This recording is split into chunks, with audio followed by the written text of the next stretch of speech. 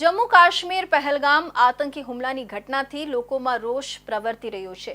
જમ્મુ કાશ્મીરમાં થયેલા આતંકી હુમલામાં 28 લોકોના જીવ ગયા હતા। તેના પડઘા સમગ્ર ભારતમાં જોવા મળી રહ્યા છે। સુરતના ઉધના વિસ્તારમાં કેન્ડલ માર્ચ રેલી અને મૌન રેલીનું આયોજન કરવામાં આવ્યું હતું।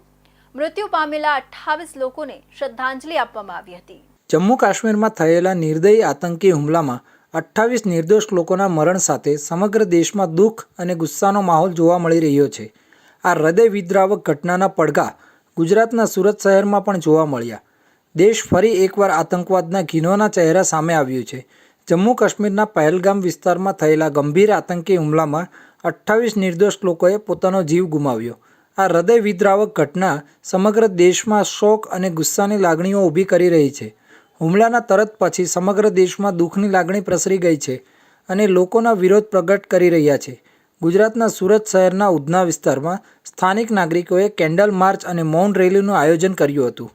મોટી સંખ્યામાં લોકો રેલીમાં જોડાયા અને શહીદ થયેલા લોકોને મૌન પાળીને શ્રદ્ધાંજલિ અર્પણ કરી હતી। આજે અમારા ઉધના વિસ્તારની અંદર સાંસ્કૃતિક રક્ષા સમિતિ દ્વારા કાશીનગર 4 રસ્તા સ્વામી વિવેકાનંદ ચોકથી વેલકમ કન્યા સુરક્ષા સર્કલ સુધી જે એક મૌન રેલીનું આયોજન કરાયું છે।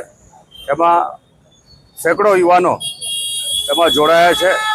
આ સમગ્ર ઘટનાએ ફરી એકવાર દેશમાં આતંકવાદ વિરુદ્ધ એકતા અને ચેતનાનું જાગરણ કરાવ્યું છે।